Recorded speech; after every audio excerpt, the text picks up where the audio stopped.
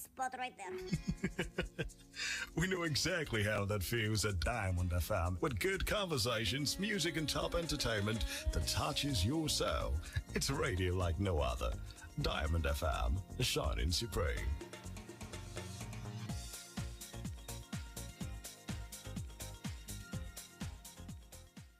Day or night, broadcasting round the clock for your entertainment. Diamond FM, shining supreme. Day or night, shining supreme.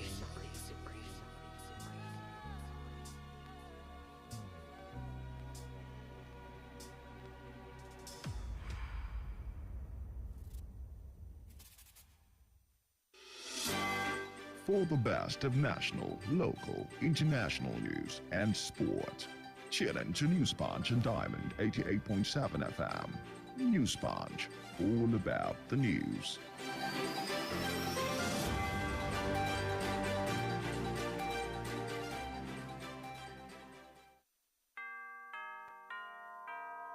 The time is 9 o'clock. Aago mẹ́sàn-án ti lù.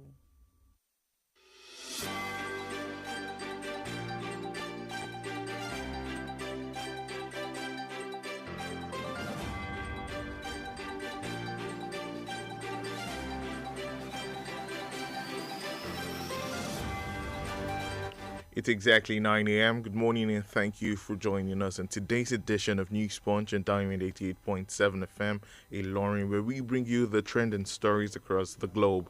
My name is Mekamua Osigbodi. Here are the stories making waves across the world. In Nigeria, the Central Bank of Nigeria on Monday said old 200 naira, 500 naira, and 1,000 naira banknotes remain legal tender till December 31, 2023. The Apex Bank's acting director of corporate communications, Issa Abdulmumin, disclosed this in a statement late yesterday. The statement came 10 days after the Supreme Court ruled that old naira notes should coexist with new ones till the end of the year. And in politics, Senator Dino Melaye of the People's Democratic Party, PDP, has accused the Independent National Electoral Commission, INEC, of imputing wrong figures while transferring results to the back-end server. Melaye, a spokesperson to the presidential candidate of the PDP in the just concluded February 25 election, Atiku Abubakar, disclosed this in a post via his Twitter handle on Monday.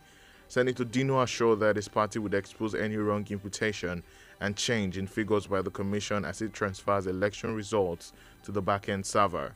Meanwhile, the Labour Party standard-bearer Peter Obi wrote on his Twitter page that would challenge both the electoral process and the declaration itself. And on the foreign scene, the leaders of the United States, United Kingdom and Australia have announced more details of how Australia will acquire nuclear submarines under a security pact for the Asia-Pacific that was first unveiled 18 months ago. Under the AUKUS agreement, which is aimed at preserving a free and open Indo-Pacific, Australia will buy 3 American nuclear submarines. Australia would also have the option to purchase 2 more of the nuclear submarines after the initial deal, which is slated for the early 2030s. US President Joe Biden, British Prime Minister Rishi Sunak, and Australian Prime Minister Anthony Albanese said in a joint statement yesterday when they met in California. In the exciting world of sport, CAF inspection team to visit Nigeria, Benin Republic, is here. The Confederation of African Football will visit Nigeria and Benin Republic between March 31 and April 2nd to inspect facilities for the 2025 Africa Cup of Nations. Nigeria and their closed-door neighbors, Benin Republic, have put up a joint bid to co-host Africa's flagship soccer event. The CAF team is expected to inspect stadia, training facilities, hotels, and other important facilities that would ensure smooth running of the competition. Morocco, Algeria, Zambia, and South Africa are the other countries who have submitted bids to host the biennial event. That's all we have for you on this edition of News Punch. Up next is the Diamond Breakfast Show, where we bring you the analysis of the stories. Do stay tuned.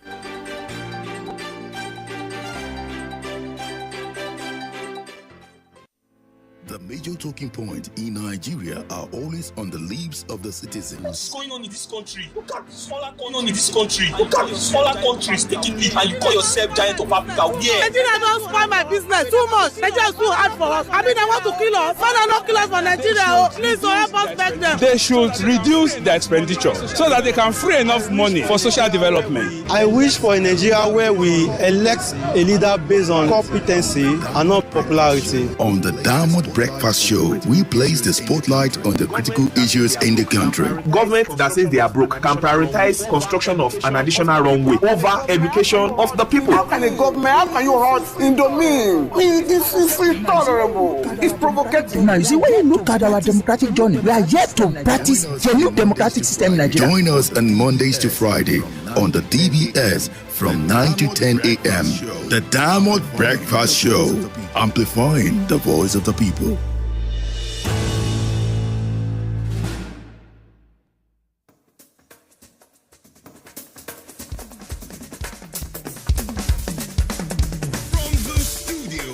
From the studios of Diamond 88.7 FM in Lorry, this is the Diamond Breakfast Show.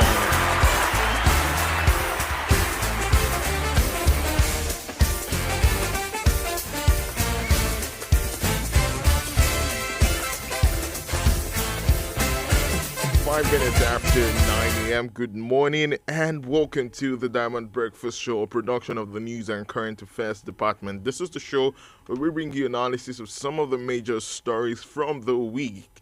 And my name is Mekamua, Osigbodi. Friends call me Mecca. Today, we're going to do this together, analyzing stories that are trending so far in the week.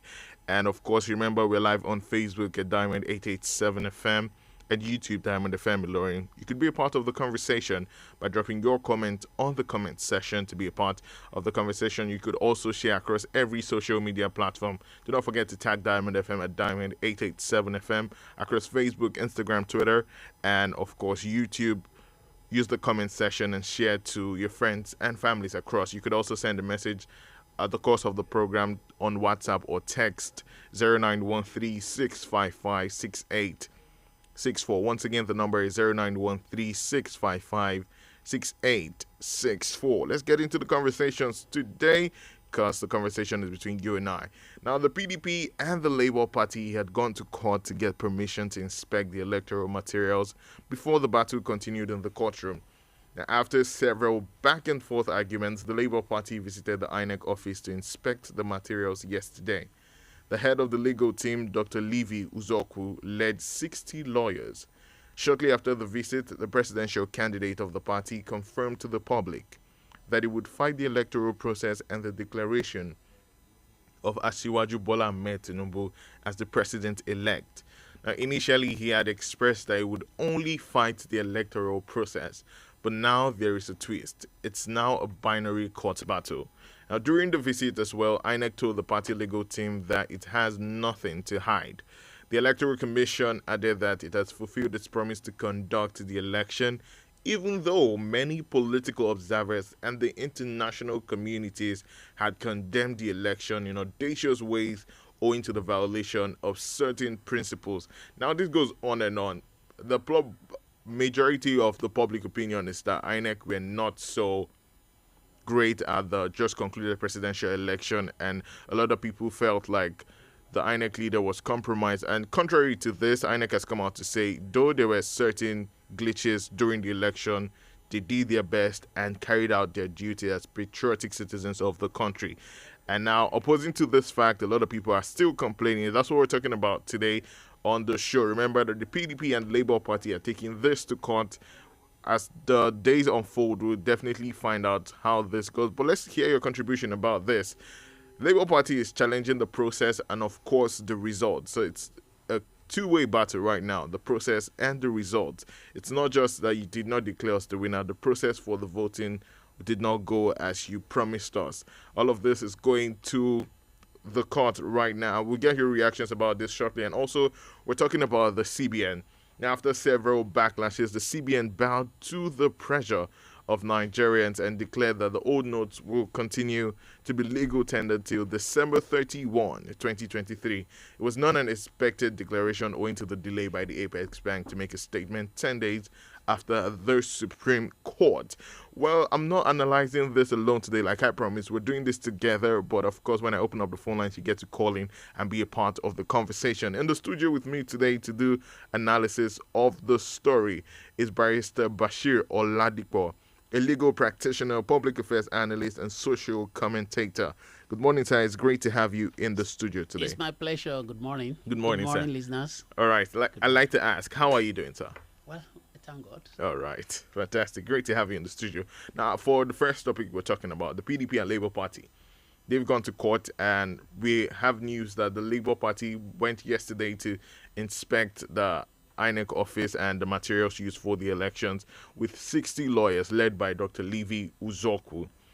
Now, the presidential candidate of the party confirmed that the party would not only fight the electoral process, but also the declaration of Asiwaju Bola Ahmed Tinubu as the president-elect. My first question, could we assert that yesterday's visit was contributive to Obi's later declaration to go all out to fight the 2023 elections? Well, thank you so much. Is it talking about politics in Nigeria, especially in this dispensation? It's been a good thing. And I think Nigeria as a nation is actually moving greatly in democratic settings. And the sign of what we have seen is a better thing. Unlike those days when you will see people killing, destroying properties up and down. So it's better you go and ventilate your grievances through a legal process, established system. It makes things easier, and you'll be satisfied because you have submitted yourself to that process. And every time you have submitted yourself to a process, you must follow that process. If for any reason Obi felt or feels that, well, this process is wrong, he has every right, let him go and tell the court.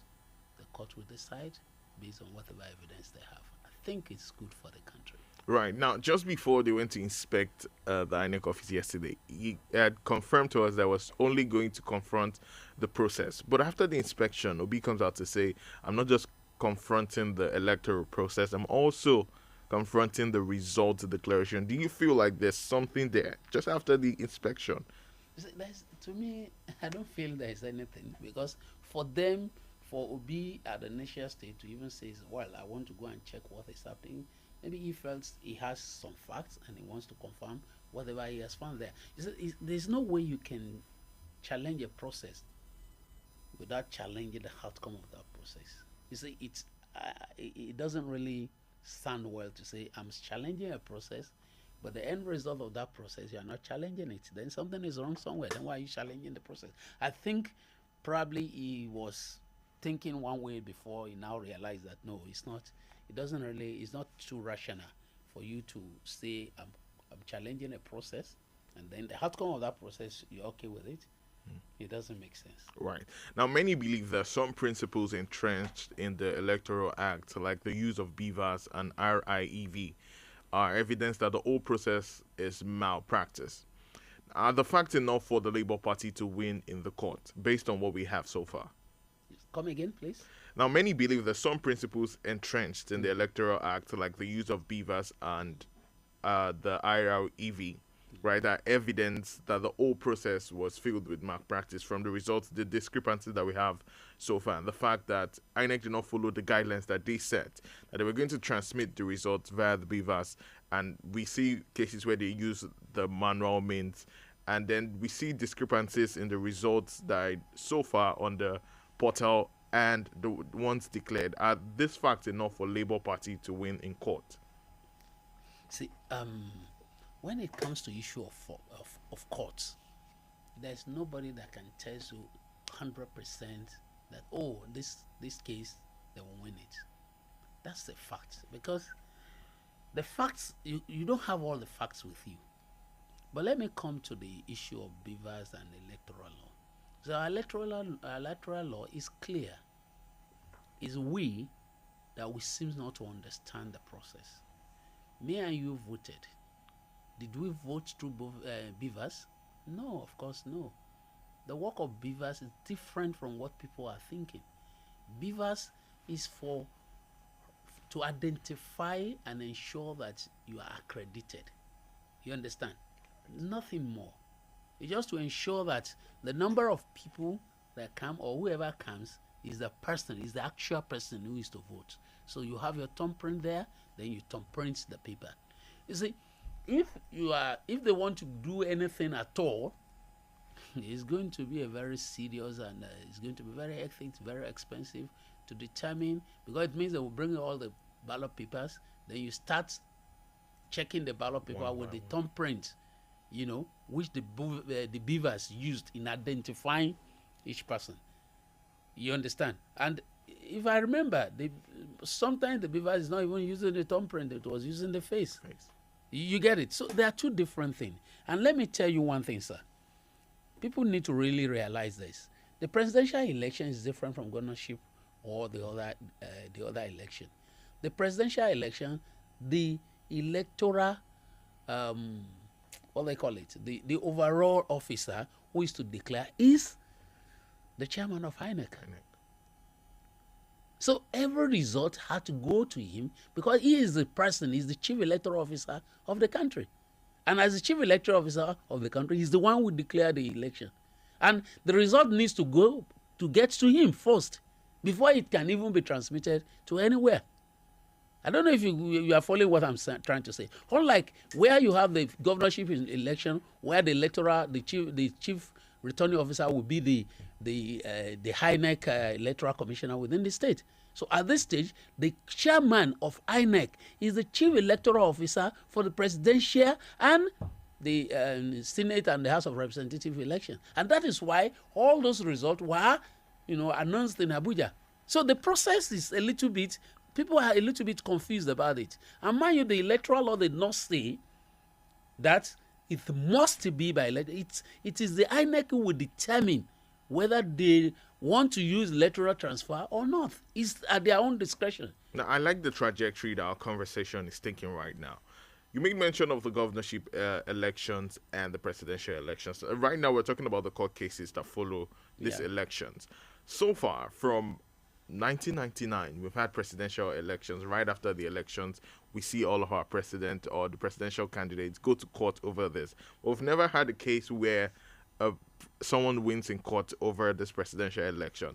But that is not the case for governorship elections. What makes the difference? You see, the difference is very clear. You are talking of a larger number. So it takes, before you can say this man did not win or this man has won, and we want to prove all these facts. We are talking of, one, the condition for being a president. You must have the largest vote.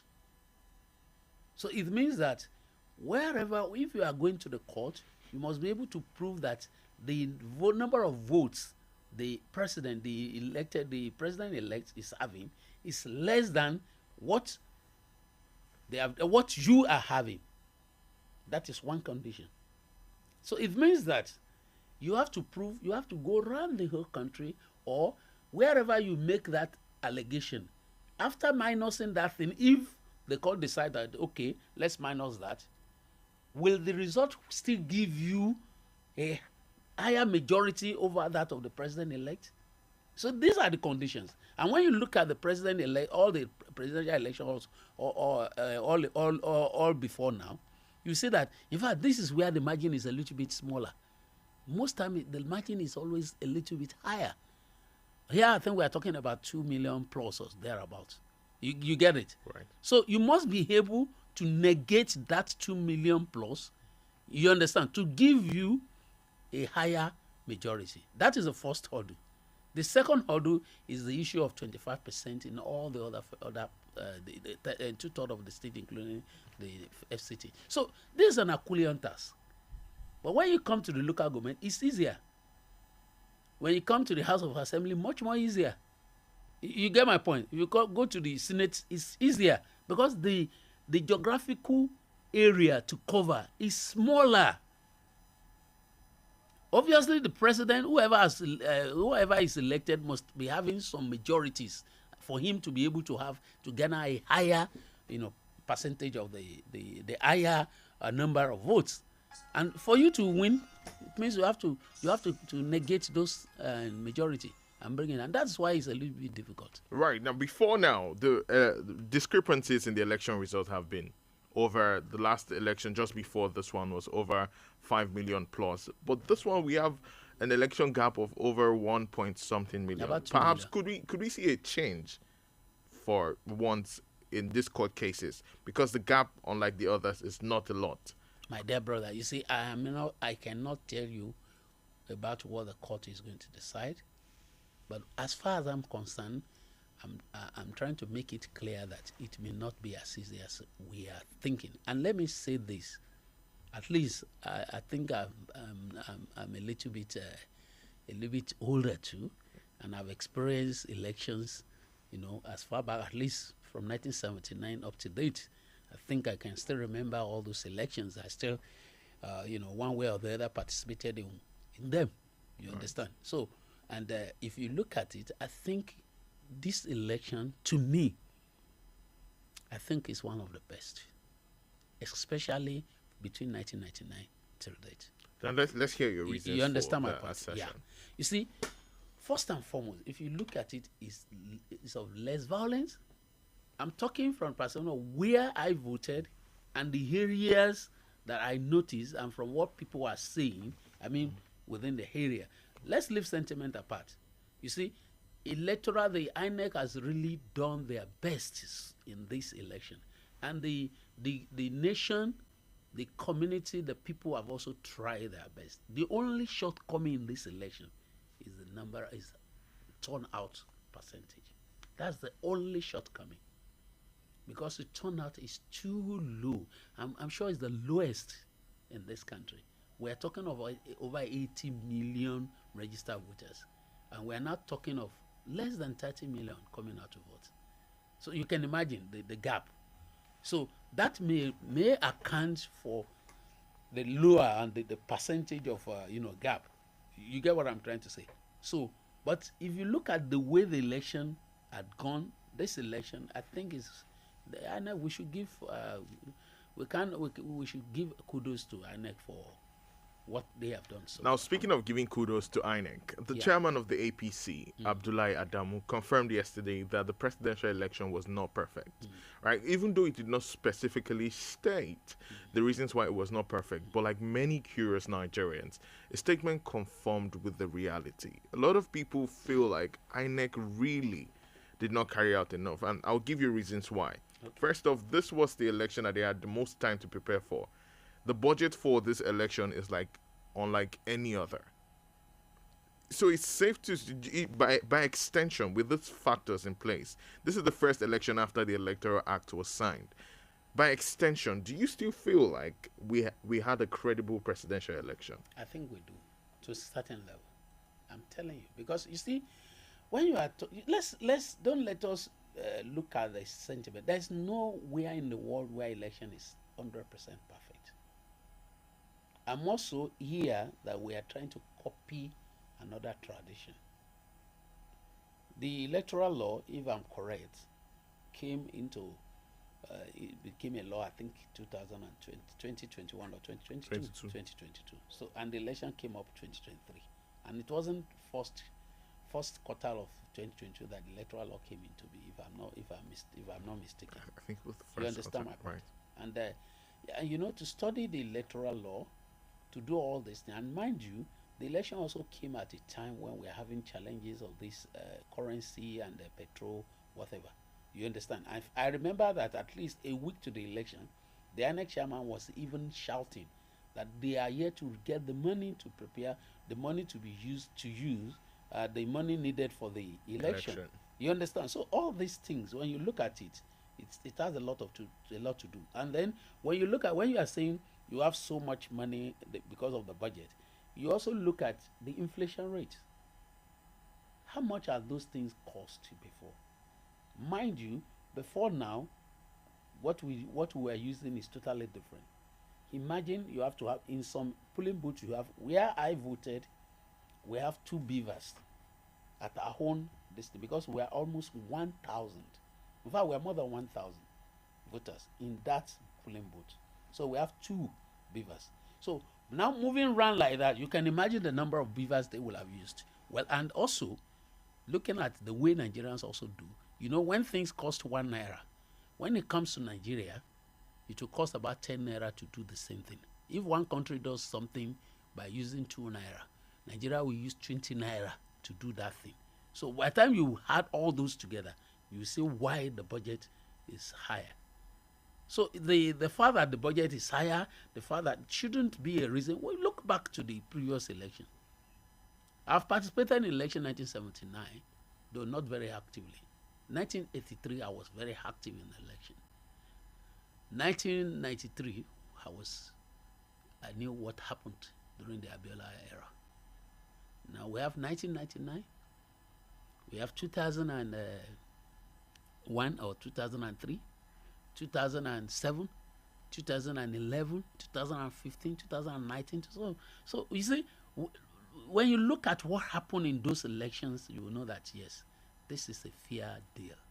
Looking at, and Nigerians also is becoming more educated in this. When you come to this election, you see that money did not play too much role in this election. People went and voted for their conscience, and that's why you see that variations. You can see, unlike a situation, because when you look at our system, we are running a political party system where there is no ideology. None of the parties is having ideology. There is none of the parties. If you want to look at it and say we want to estray the whole party and the politicians, all of them are the same. That's the truth. Because if they're not the same, how can somebody be left PDP in 2022 or 2021 or thereabouts, and within a year is already in LP? You understand? You see somebody moving from one party to another, and they will just go and they will start election and they will contest. I've seen, look at here in Kwara. Look at how many people left APC, moved to PDP, moved to SDP, moved to YPP. Virtually all the major politicians that are actually working here in Kwara, all of them belong to APC or PDP from the beginning. In fact, some of them were in APC, PDP in the last 1 or 2 years. So is that, you can imagine, that's not political party system. You can't just rush into a party, and then that is why you have all of them. They don't have any ideology. None of the parties having ideology. None of our politicians are having any ideology. They are just out for power, and that is it. But thank God the electorates are now, more conscious now. People are not voting because of party. Let me tell you the truth. If you look at this pattern, it is not APC that people voted for. It wasn't actually APC that won the election. It was Tinubu that won the presidential election. It wasn't APC, because when you look at it, APC was in power, Buhari was there, and look at what is happening in the country. I imagine, look at a situation where a court will give an order, and the federal government, who's supposed to ensure that law and order are protected, refuse to obey the law. Why will it take you? Why must you come out and say, yes, we are obeying, they can now collect money or they can do something? Do we need that where we have a rule of law? Now, just before we dive into that conversation about the Supreme Court and the federal government. I'm not going to that. I'm just using that to illustrate to you that in this country now, when you are looking at the political parties, none of them is ideological. None of them have anything. The only thing they have is all person in each of these parties were only interested in getting power. That is all. My question lies in that conversation. Now, people looking beyond the political ideologies and the fact that political parties right now do not have ideologies and just focusing on the candidate, is that the right direction for us as a country and citizens? Yeah, that is I would say that would be the right direction for us in view of the circumstance of the country. You see, if you have a party based on ideology, if we have a party system, you see people align, and you won't be seeing people moving from one party to another anyhow. Because by the time you move from one party to another party, you are telling the community, you are telling the populace that my ideology have changed. And it means that you are not consistent. You can't be trusted. For me, I will never vote for anybody who moves from one party to another. I will never vote for you. If you move from one party and then you move to another and then you are not the president and you want me to vote for you, you are wasting your time. Because it means you are not a consistent person. You don't have integrity. That's the bottom line. Because if you have integrity, if you are consistent, why did you go there in the first instance? And if you feel those people are not okay for you, then you leave that party, then you go and sit down and study the situation. Study where you want to go. Not that you will leave the party today and tomorrow you're already in another party. So it's either you are anti-party. So in whichever way you look at it, it means that fellow is not a person to be trusted. Right. All right. Thank you so much, Barrister Bashir Oladipo. Just in case you just joined us, this is the Diamond Breakfast Show, a production of the News and Current Affairs Department. It's about time for us to go pay the bills. When we get back, we go into more in-depth conversations on the trending topics for the week. Stay with us. This is your Shining Supreme Station. Keep in touch with us from any part of the world. Log on to our website, www.diamondfm.net, or download our app, Diamond FM, on Google Play Store or Apple Store.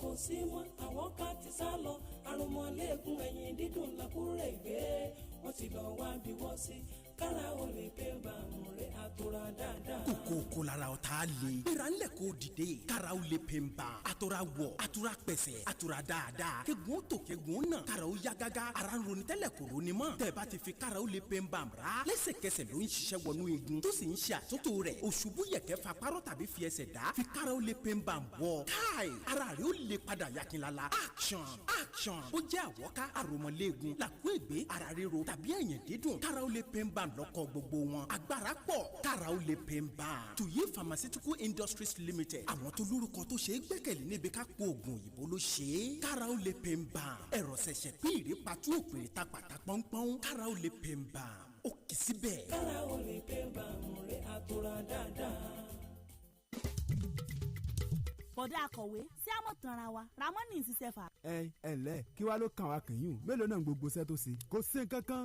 kò sí nǹkan kan báwo ibi iṣẹ́ bá dé ni ká mọ̀ tọwọ́ oore bọ́ṣọ. ibi tó bá sì kù sí ká péjọba ṣàkíyèsí tó rẹ̀tọ̀ wa ni. ládùúrà àwọn àkànṣe iṣẹ́ ribiribi tí gómìnà abdulrahman abdulrazak ti gbèsè ńlẹ̀ yìí tó sì ṣe tọ́ka sí. bí èwo àtẹ̀wò. ìdásílẹ̀ innovation hub tòun ti garment factory kíkọ́ international conference center ń lọ lọ́wọ́lọ́wọ́ àti túnde ìdí àgbọn flyover bridge ní táǹkẹ̀ tòun ti visual art center tó wà ní gbéléwọ̀n àtàgbáyé special livestock processing zone nípasẹ̀ ìjọba àpapọ̀ ìdásílẹ̀ ọjà àgbáyé ní gbùgbù kwásù òsì campus àti tiléṣà bàrùbá tó fi mọ́ ìsọdọ̀tun general hospital ìlú òrò. tó bá ń ní gómìnà yìí ń gbìyànjú o. bẹ́ẹ̀ bá wá mọ̀ bẹ́ẹ̀ káwọn iṣẹ́ ribiribi yìí lè parí ẹjẹ́ parapọ̀ dìbò fún malam abdulrahman abdulrazak kó tó ṣe gómìnà ìpínlẹ̀ kwara lẹ́ẹ̀kan sí i. tọ́ba wá bí yín pé 4+4 kí lẹ́ wí. abdulrahman ni o apc progress apc máa ṣe lọ. They said I was a prostitute. That what responsible woman will leave her home and her children and try to lead? You want to lead us? Who do you think you are? They said. I wish the Gender and Equal Opportunities Bill was passed. I wish the 35% affirmative action was implemented. I wish women had equal opportunities to aspire and to contribute to society.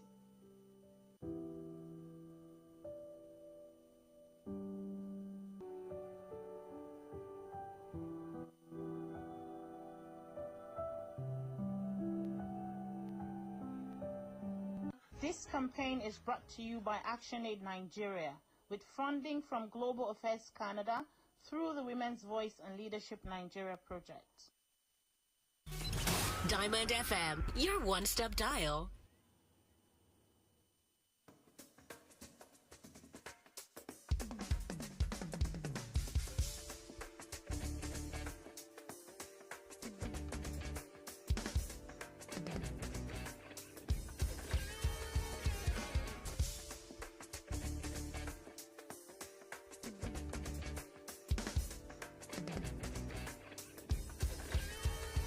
33 minutes after 9, this is the Diamond Breakfast Show, production of the Current Affairs and News Department of Diamond 88.7 FM, your shining supreme station. My name is Mekamua, Osigbodi. Friends call me Mecca. I'm joined by Mr. Bashir Oladipo, solicitor and advocate, public affairs analyst, and social commentator. Once again, it's great to have you in the studio. It's my pleasure. All right. It's time for us to get reactions from the listeners concerning the first topic that we talked about. The number to call is 0913-655-6952. I'll call that number one more time. 0913-655-6952. Hello, good morning. Good morning, Dr. Zil from Cherry Schools. All right, good morning, Dr. Zil. Go on. Yeah, for me, I disagree with the analyst in the studio when he said this election is the freest since the time he, in particular, 79 or so that he mentioned, that he has been following election. It's never the freest because, as we speak, even the international observers, and we, some of us that are local observers, and even INEC themselves, and as you said to him, that even the chairman of APC also said it's not perfect. So we can't praise what is not right. And as we speak, what we can say is that we should not be using this saying, nothing is perfect in the world. Please, we have what we call intentional imperfection. With the time the INEC has been preparing for this election, we don't want to hear that what they have done, they can do better. And they themselves have said it. And what they mentioned, it is not an excuse for failure. It can be corrected, especially now that it's never too late. And we should know that the election is not free and fair because everybody is talking. And what we are saying is not because anybody is partisan or anything. We can all see that it's not the way it should go. And the next coming election, which is the one on Saturday, they should follow their guidelines. Their guidelines are made by themselves. They should not say it's just a promise. It's not. If they will follow, they may not follow. And their guidelines is from them. All right, Dr. Z, quickly, which of the guidelines exactly are you talking about? Yeah. I heard him. Let me respond to the analyst. That the guideline from the, what's it called, from INEC was that Professor Mahmoud said they are not going to leave the results without transmitting it to their own IREF, and that whatever it is, they will upload it by either snapping it from the polling unit and send it. And this one was made from them. It is already, we have video evidence that everybody had. And he said when people are saying they will not do that, he said people should not follow that. So we should not say what are the guidelines. They are there. All right, Dr. Zil, thank you so much. Yeah. All right, thank you for your contribution. Quickly, you want to react to that? Yes, let me just say one thing. I didn't say it's the freest or what I said is one of the best so far, especially from 1999 to date. And I still stand by it. You see, people are saying this election is not free and fair, but people have not really come out to tell us which area is it. Even the article that they are talking about this election, the only area they have been talking about is transmission. And I've explained this issue of transmission. When they get to court, then we will see what the court will say. You understand? Right. Issue of transmission is you are talking about the chief electoral officer. The chief electoral officer of the country must first see the result before it can be transmitted. He must certify this result. He must sign it. You understand? And before it can be transmitted. It's not that you transmit from the police pulling something to you. When you finish you have agents at every sector, every level of this election. You have the party agents, and each of these party agents will sign that result. They will take from the polling booths. They will take it to the collating center at the local government. From the local government, they take it to the senatorial district. From the senatorial to the state. From the state, then to the chief electoral officer. At this stage, they have to sign. Everybody has to sign. You understand my point? Right. So if they're talking about the fact that it's not transmitted, it will be transmitted when it's concluded. These are the facts. All right, let's get more reactions. Thanks. This one says, "Good morning, Diamond Breakfast Show. I really appreciate our guest so much for some of the things he has said. I don't like the fact we celebrate failure so much in this country. How can you say the just concluded presidential election is the best ever in the country? Well, like he reiterated again, he said one of the best, not the best. Now, our guest gave kudos to INEC. On what ground, to be precise? How did you arrive at that conclusion, sir? He said there is no violence. INEC is not responsible for that. Give that kudos to the citizens and political parties, not INEC. How did we get here, for God's sake? The fact there is nowhere in the world where election is perfect is not a criteria for us not to have a perfect one here. Good things can also start in Nigeria. We can't keep celebrating failure if we want to progress in this country. Now, talking about beavers, our visitor said that's nothing to do in the election than to just accredit people. Does anyone that is not accredited has right to vote? I'm Olawale from Pipeline. And another one says, good morning, DBS crew. I don't agree with the guest today at all on this election being the best, one of the best. This is by far the worst ever conducted in Nigeria. Now, INEC repeatedly kept assuring Nigerians that results would be transmitted directly from polling units. Now, whether it's in the Electoral Act or not, this is INEC's commitment to Nigerians, which we trusted, and they failed woefully at that. There were multiples of falsification of results. Results uploaded are different from what was given to agents. How is that a credible election? Let's be sincere in this country for once, please. The last election was not credible at all. Let's call a spade a spade. The absence of pronounced violence or mayhem does not translate to being a credible election. They are not the same thing. Thank you. Feromi from Irewalide. This person says, please tell our guests that we understand English and he shouldn't try to explain English with English. We heard the INEC and understood what they said, and the guest mentioned the best. We know what we heard, please, not one of the best. Well, they keep claiming that you said the best and not one of the best. This one says, good morning, barrister. INEC needs to improve on their logistics. Imagine getting to a polling unit within the city around 12 noon. On the transmission of results, I think we still have problem with our infrastructure backbone, just like the problem we are having with transfer on our banking system. Olatinwo from Taiwo. That's what this one says. Let's get more calls. 0913-655-6952. Hello, good morning. Hello, good morning. Hello, good morning. The line is not so clear. Maybe try calling us back. Thank you very much. 0913-655-6952.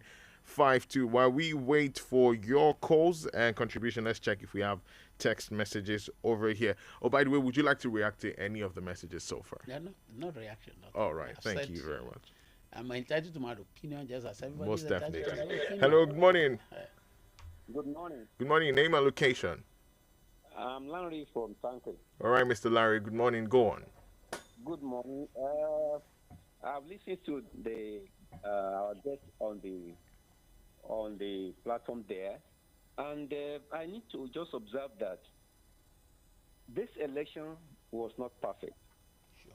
There's no doubt about that. It had quite some shortcomings that can be pointed out here and there, like some people have said about the transmission of result to the INEC portal and all of that. But be that as it may, we can see quite some improvement in the organization of the election by INEC. And we cannot, on the basis of that, say that the election is not credible. When we say an election is not credible, it means that it's not qualified at all to be concluded and be upheld. In spite of the shortcomings here and there, like the guest has said, if you monitor election right from as far back as 1979 that he had spoken about, and you assess what had happened in all of those elections, you will conclude, except those people who did not know those elections. But if you knew those elections, you will conclude that this election was still okay and did not justify it either being completely discredited or something. Of course, there will be errors. You cannot have the utopia in any system. All right. It's not possible. Thank you so much for your contribution. That is my own view. All right. Thank you so much for your contribution. Well, we have another message and it says, why do why I do not think, okay, I beg your pardon, why I do not think that court judgment will likely overturn the outcome of this presidential election, but I feel that the margin of victory may be a cause for concern. There's also this controversial issue which many expect have been given differing opinions and interpretations that only the Supreme Court may have to decide on, and that is the issue of getting votes 25% of 24 states and federal capital territory. I believe that no one of our past presidents failed to get up to 25% votes in the Federal Capital Territory. Ikechukwu from Surulere, Ilorin. I feel that's super important for me to ask you, but in 30 seconds, could you please explain that? There's been a lot of controversy over the fact that the president-elect did not have up to 25% on the FCT, but the law clearly states 25 states and the FCT.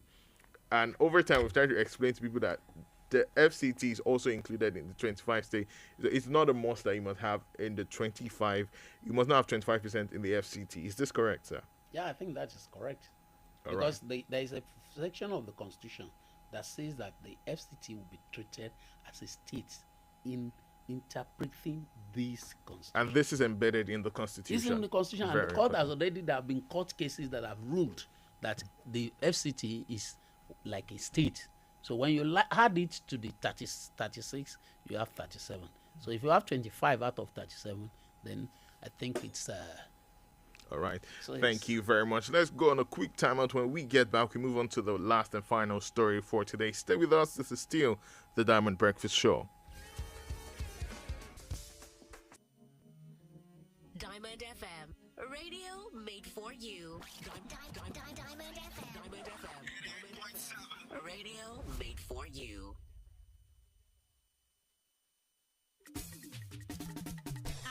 ẹdúró náà baálé mi ṣébi tẹ́ ẹgbẹ́ mi gbàǹjo òní tá à ń já kòtò tá à ń já gegele náà kọ́ yìí kò rí bẹ́ẹ̀ mọ́. Kwara ti yàtọ̀ ní. láyé ìṣèjọba gómìnà Abdulrahman Abdulrazak àkàìmọye iṣẹ́ ojú ọ̀nà ni wọ́n ti gùn lé. kó lè bá àmúlí lọ bíbọ̀ ọkọ̀ àtàwọn èrò tó ń kọjá lójú pópó lọ nírọ̀rùn. iṣẹ́ lọ lọ́wọ́ lórí General Túndé Ìdíàgbọ̀n flyover ní táǹkẹ̀. títí oníbejì láti Yebumot roundabout lọ dádẹ́ta tó fi dọ́lọ́jẹ̀. táǹkẹ̀ òkè odò ring road ń kọ́. tó fi máa túnṣe Odiyidi road àti Abdulaziz Ata road nílọrin. tiléṣà bàrùbá wọ gbànàrà níjọba ìbílẹ̀ Bàrùtín kìlómítà 23 ni. tó fi mọ́ Osí Òbò Ayégúnlẹ̀ road lẹ́kìtì. tilérè district nífẹ̀ẹ́ lódùn. Coca-Cola Palace road níjẹ̀bà. àwọn ọ̀nà oníworo síworo interlocking lọ Bàbẹ̀sùà. ọ̀nà Tògbóndóròkò Amáyọ̀ bypass. Olómù road Lómù Àrán Kamal district nílọrin west. Emir Palace road ní Yashikira àti bẹ́ẹ̀ bẹ́ẹ̀ lọ mélòó la fẹ́ kà.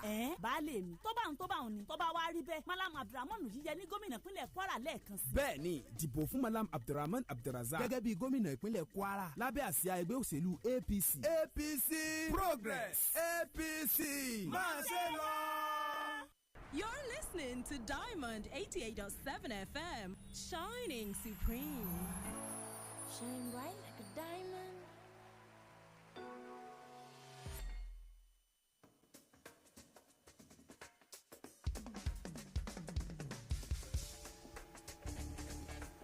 We're 46 minutes into the program already. This is the Diamond Breakfast Show. My name is Mekamua. Osigbodi friends call me Mecca.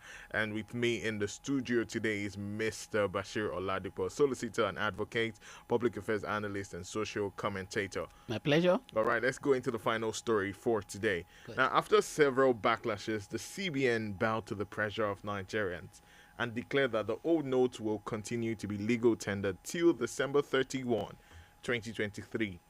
It was not an expected declaration owing to the delay by the Apex Bank to make a statement 10 days after the Supreme Court order.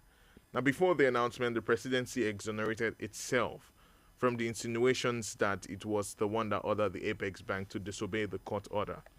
Economic and socio-economic experts had put out their displeasure over an obvious disobedience to the rule of law by the president and the CBN governor. But now, Barrister, is there a timeline for this kind of judgment from the Apex Court? And have the authorities concerned, President and CBN Governor, outlived that timeline? Let me say this from the onset. Government is an wholesome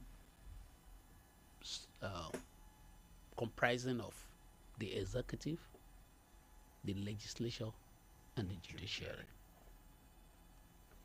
This government, it is in the interest of whoever is ruling and in the interest of government, that laws, particularly judgment and rulings of court, orders of court, are obeyed immediately. It's in the interest of government, because you see, when you fail to obey the order of a court, you are indirectly telling the citizen that you can also disobey the law. And the moment you are doing that, you are creating anarchy in the system. And that is why it is an impeachable reason for any government, any president or governor, when the law or the judgment of a court is disobeyed. I remember when the ruling was delivered, I think I had a program here, and I said it at that time, that it's unfortunate that our president should come out a day or 2 days after the ruling to say and counter that ruling. It shows high level of irresponsibility of governance from the part of government. And it shows high level of irresponsibility of leadership on the part of the president. High level, the highest level of irresponsibility of governance on the part of the president. All right. You understand? So the issue of timing, there's no time. Once an order of court is given, it takes effect immediately. Just as the military will say that with immediate effect. You understand? Right. That is the way. Now, for time's sake, let's go to the next one. The CBN is considered to be independent, but this old policy looked like a decision between the president and the CBN governor. I mean, do you have a contrary assertion to this fact? You see, the CBN is independent. It's not that it's independent. There's no section of government that is independent, as we say it. But it is assumed that they are insulated from influence. Every agency of government should be insulated, especially the governor at the CBN, because of the fact that his policy need to be taken objectively, not subjectively. So the issue of saying the president, in fact, the CBN governor needs no directive from the governor or from the president to obey the law. You get my point? They have their responsibility.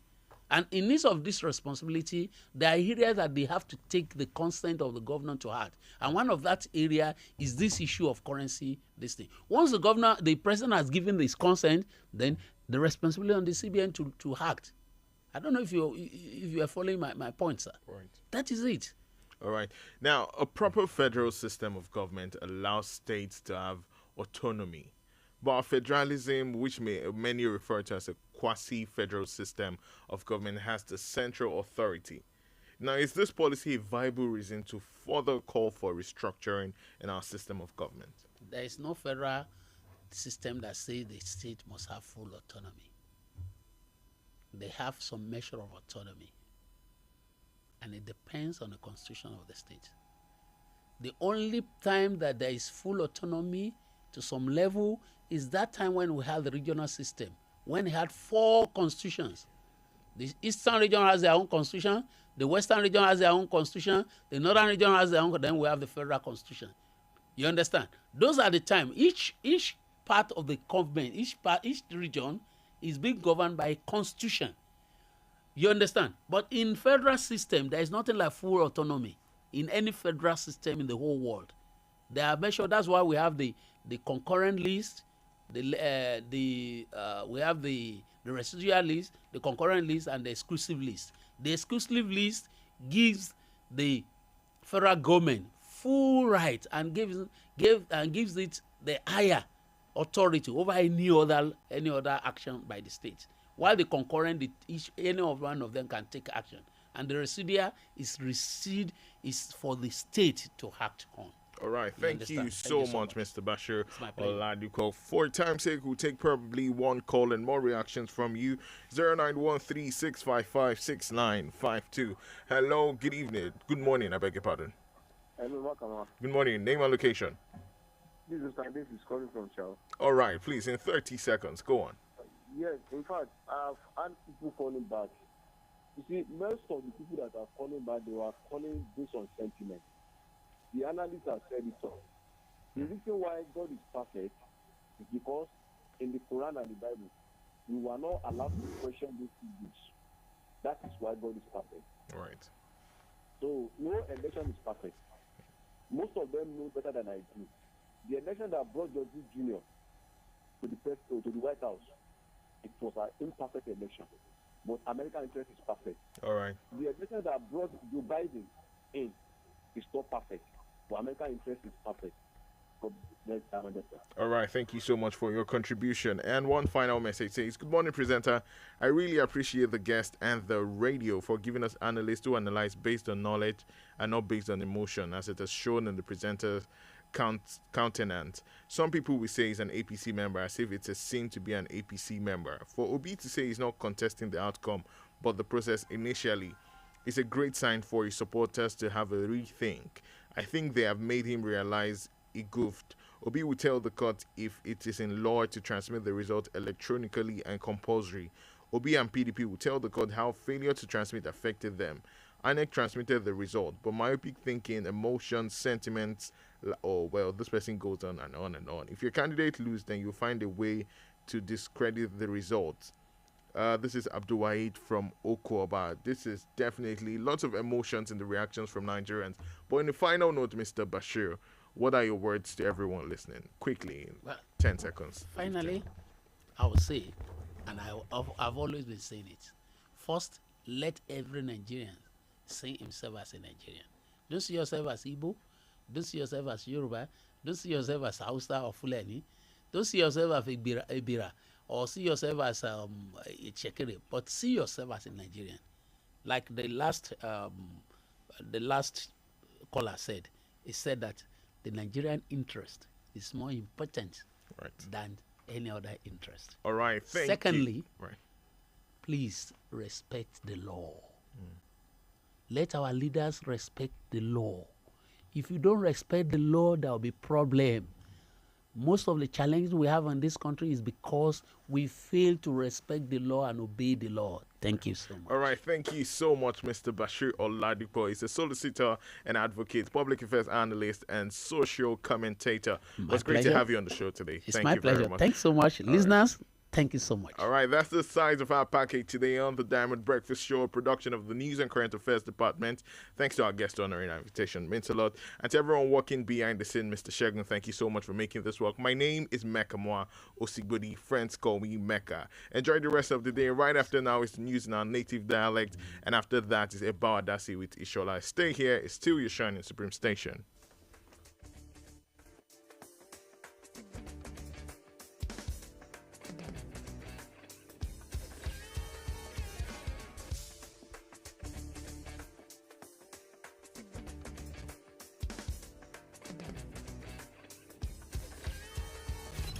Diamond FM, your one-stop dial.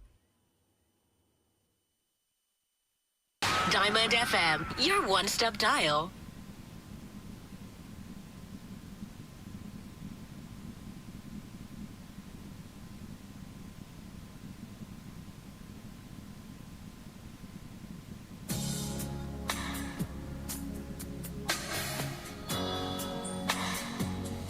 These